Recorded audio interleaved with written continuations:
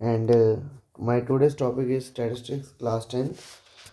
खैर आप सबने पढ़ भी लिया होगा, फिर भी अगर किसी बच्चे का डाउट है या किसी को कहीं पे कुछ प्रॉब्लम होगी तो हम उसको समझा देंगे। ओके, कोशिश करेंगे कि उनके जो सारे डाउट्स हैं, आपके जो भी आपने क्लासरूम्स में सीखा, अगर फिर भी आपका कोई डाउट है तो आज हम उसको क्लियर करेंगे। ठीक है, स्टैटिस्टिक्स होता क्या है? Study of data, study of collection of data. अब कलेक्शन ऑफ डाटा कुछ भी हो सकता है, इट डिपेंड्स कि डाटा किस टाइप का है। ठीक, तो बेसिकली डाटा दो टाइप्स का होता है। Number one is primary data, types of data लिख लो, फिर ऐसे कन्फ्यूजन हो जाएगी। Types of data, primary, primary data and secondary data. Primary data क्या होता है? जो खुद आप कलेक्ट करो, दैट इज़ प्राइमरी। और सेकेंडरी हो गया जो किसी और की, जो जिस किसी और पर्सन ने सपोज डाटा कलेक्ट किया, आप उसी के डाटा को यूज़ कर रहे हो फॉर फाइंडिंग कुछ रिजल्ट फाइंड करने के लिए। आप जो है डाटा खुद कलेक्ट करने के बजाय किसी और का कलेक्शन को उठा रहे हो, तो that is secondary data. Okay, अब बेसिकली जो डाटा है, आपको जो स्टडी करना है, आपको करना है एक तो अनग्रुप्ड का। अनग्रुप्ड का थोड़ा सा आपने 9th में पढ़ा होगा, अनग्रुप्ड डाटा का, और इस बार हम पढ़ेंगे ग्रुप डाटा। ठीक है, अनग्रुप डाटा जो है कैटेगरी वाइज देखा जाए, इसको हम बोलते हैं रा डाटा। रा मतलब रैंडमली दिया हुआ, जैसे 8, 9, 5, 6, 4, 3। ग्रुप डाटा दो तरह से कैटेगराइज होगा। Number one is discrete and second is continuous frequency distribution. Okay, एक होती है डिस्क्रीट, एक होती है कंटिन्यूस। अब डिस्क्रीट क्या हुआ? सपोज आपने इनको ग्रुप में बना दिया और इसकी कुछ फ्रीक्वेंसीज होंगी। ठीक है, जैसे सपोज मार्क्स ही हैं 10, 20, 30, 40, कितने कितने बच्चों के हैं। जहाँ पे रा डाटा जो है लिखना मुश्किल हो जाए, वहाँ पे हम ग्रुप डाटा से काम चलाते हैं। और कंटिन्यूस हुआ एक क्लास की फॉर्म में इसको कैटेगराइज करना, जैसे 0 से 10, 10 से 20, 20 से 30, 30 से 40 and so on. Okay, next is central tendency. Central tendency होती क्या है? किसी भी डाटा को कलेक्ट करने के लिए हमें इसका रिजल्ट क्या मिल रहा है। सपोज अगर हम रेंज निकालें, जैसे आपने 9th में पढ़ा होगा, रेंज होती क्या है? Highest observation minus lowest observation. Suppose एक क्लास में एक टेस्ट था 20 मार्क्स का, हाईएस्ट मार्क्स 20 हैं और लोएस्ट मार्क्स 10 हैं, तो रेंज क्या हुई? पूरी क्लास के जो मार्क्स हैं वो 20 और 10 के बीच, यानी कि उनकी रेंज क्या आई? 10। फिर हम निकालते हैं एवरेज, पढ़ते आ रहे हैं बचपन से, इसी को हम बोलते हैं मीन। ठीक है, second is median and third is mode. इसके अलावा क्लास 11th में आपको मिल जाएगा क्वार्टाइल डेविएशन। ठीक, variance, standard deviation, mean variance हो गया, एमजीएफ होता है, वो आगे जाके आप बीडी पीडी एनडी में अगर आप देखो हायर स्टैटिस्टिक्स में तो वो चीज़ मिलेंगी। तो फॉर क्लास 10th हमारे यही तीन हैं। एक ओ गिव फ्रीक्वेंसी कर्व होती थी, तो वो अब आपकी डिलीट हो गई है, तो वो भी आपको 10th क्लास में नहीं पढ़नी है, ओ गिव फ्रीक्वेंसी कर्व। बाकी आपने ग्राफ्स 9th में पढ़े होंगे। ग्राफ में आपने बार ग्राफ पढ़ा होगा, बार ग्राफ पढ़ा है, सर्कुलर ग्राफ या पाई ग्राफ जिसको हम बोलते हैं, पाई चार्ट, कॉम्पिटिटिव के लिए इम्पोर्टेंट, देन हिस्टोग्राम। ये आप 9th में सारा पढ़ के आ रहे हैं, मैं ये एज्यूम कर रहा हूँ, क्योंकि मुझे ग्राफ पे यहाँ पे कुछ भी नहीं करना है। ठीक, आगे चलते हैं। मीन होता क्या है? सबसे पहले मीन का formula, it is defined as the ratio of, ratio basically divide करना है हमने इसको। ठीक है, it is defined as the ratio of sum of observations to the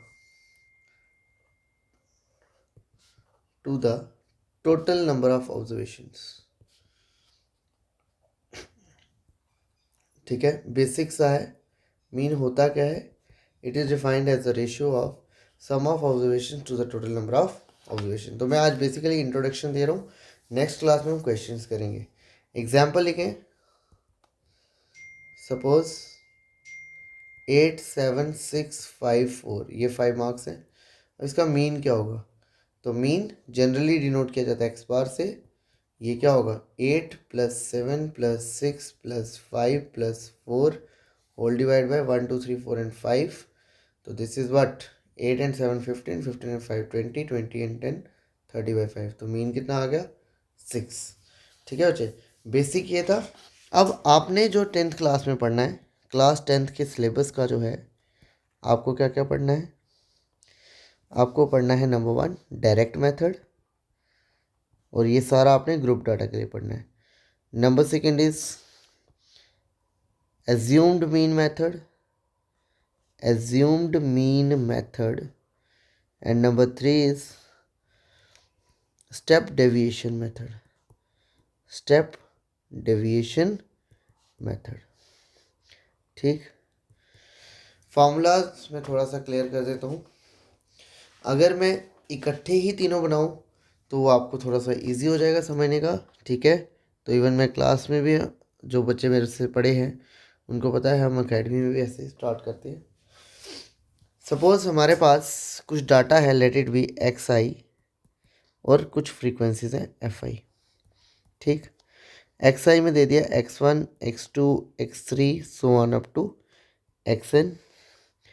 frequencies मान ली क्या है? f1 f2 f3 so on up to fn।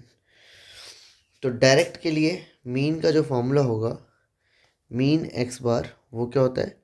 Summation I goes from 1 to n F I X I by summation I goes from 1 to n F आई, जिसको हम क्या मानेंगे? n। ठीक है, एक छोटी सी एग्जांपल इसी के साथ कर लेते हैं ताकि थोड़ा सा आपको जो है क्लैरिटी आ जाए करना क्या है। ठीक, सपोज एक क्लास में टेस्ट हुआ 20 मार्क्स का, मार्क्स, और दूसरा ले लेते हैं नंबर ऑफ स्टूडेंट्स। ठीक है, 20 30 40 50, ये 4 ऑब्जर्वेशन। चलो 10 ले लो। एक यहाँ पे नंबर ऑफ स्टूडेंट थे 1 3 4 2 and 5। ओके, जब आप इसका टेबल बनाओगे डायरेक्ट मेथड के लिए, आपका टेबल बनेगा कैसे? मार्क्स जो आपका किसका काम करेगा? एक्स आई का। देन नंबर ऑफ स्टूडेंट्स जो आपकी क्या होगी? फ्रीक्वेंसीज। एंड थर्ड आपको क्या करना है? एफ आई एक्स आई का प्रोडक्ट। ठीक है बच्चे, चलें values 10 20 30 40 50। Then number of student 1 3 4 2 5, ये 2 है बेटा। 10 into 1 10, 20 into 3 60, 30 into 4 120, 40 into 2 80, 50 and 5 250। जब आप इसको देखोगे ये 250 होगा, ये 200 होगा और ये 70। तो आंसर इज 370। तो डायरेक्ट मीन का method x bar summation I goes from 1, कितने टोटल? 5 1 2 3 4 and 5।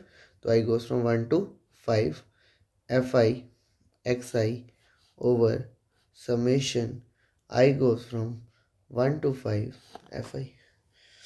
टोटल फ्रीक्वेंसीज आप काउंट करोगे कितना आएगा? 15, 370 बाय 15, 15 2 ज़ा 30, 70, 15 4 ज़ा 60, 10 है तो 24.6।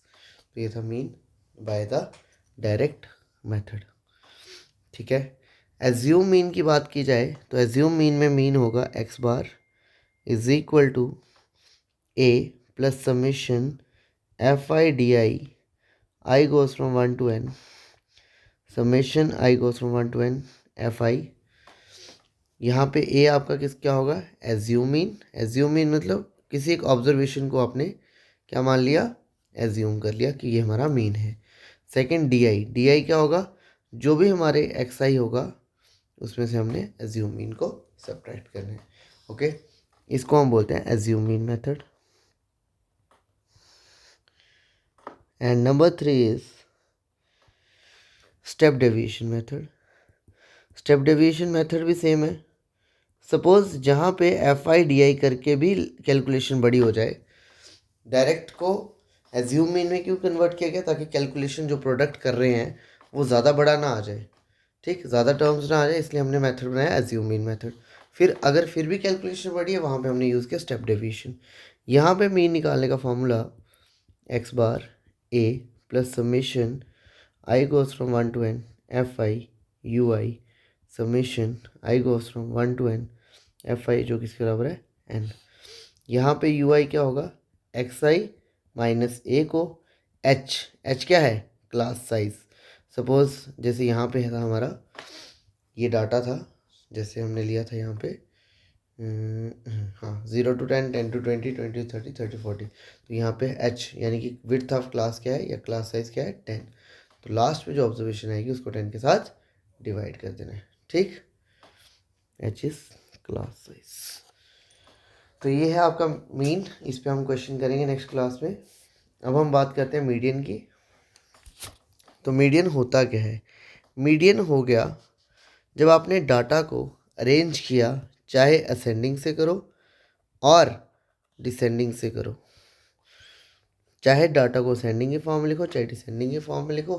डिसेंडिंग ऑर्डर में लिखने के बाद आप देखो कि मिडिल टर्म कौन सी है, जो मिडिल टर्म होगी जनरली वही आपका क्या होगा, मीडियन।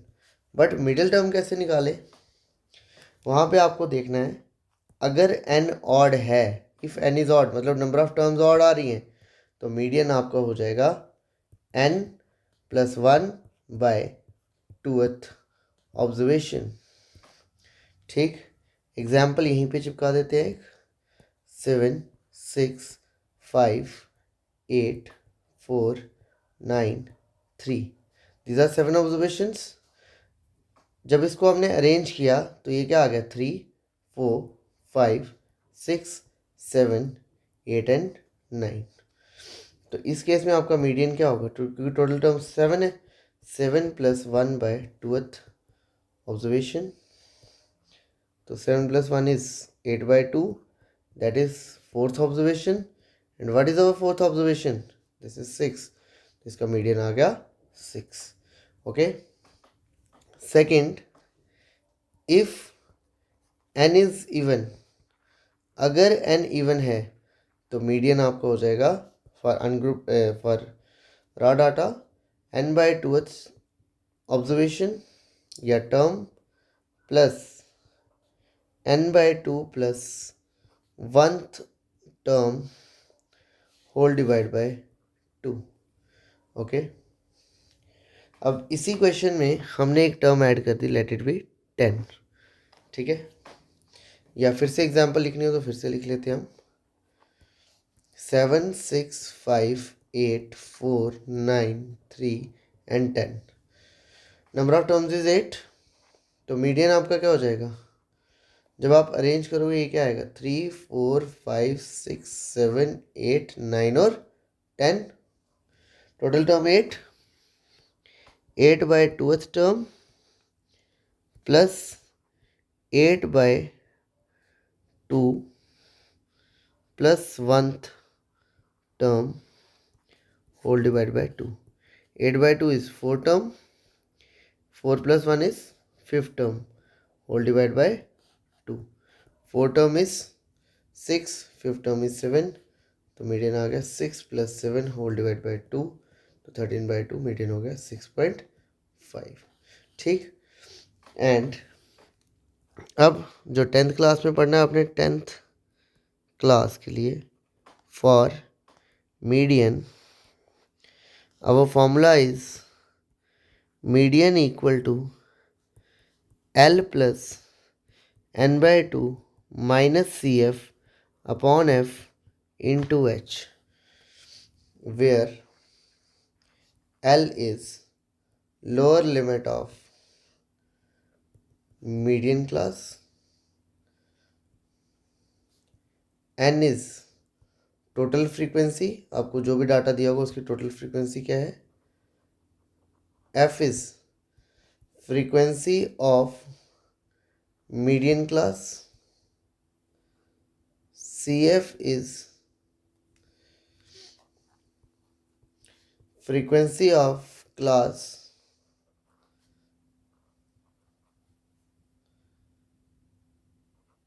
प्रीसीडिंग मीडियन क्लास, मतलब जो भी मीडियन क्लास होगी उससे पहले वाली जितनी भी फ्रीक्वेंसीज का सम है उसको हम बोलते हैं cumulative frequency. And H is class size, class का साइज कितना है, ठीक है।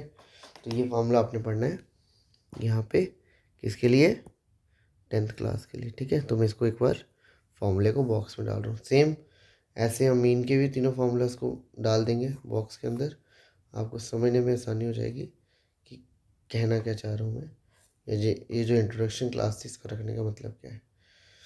नेक्स्ट चीज़ बच्चे, लास्ट जो 10th क्लास में हम यहीं पे समाप्त करेंगे, मोड 9th क्लास में पढ़ा होगा, मोस्ट ऑकरिंग फ्रीक्वेंसी ऑब्जर्वेशन, जो ज़्यादा बार आ जाए, जो ज़्यादा बार रिपीट हो जाए उसको हम बोलते हैं मोड। एग्जाम्पल 2 3 3 4 6 6 3 4 3 2 1। अब 3 यहाँ कितनी बार आ रहा है, 4 बार, तो मोड क्या हो गया 3। फॉर ग्रुप्ड डाटा मोड का formula is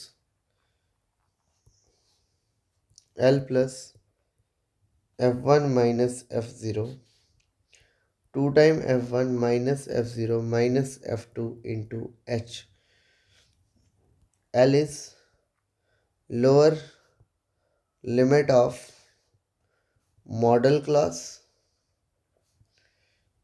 F1 is frequency of model class, F0 is frequency of class preceding मतलब मॉडल क्लास के पीछे वाली, frequency of class preceding the model class,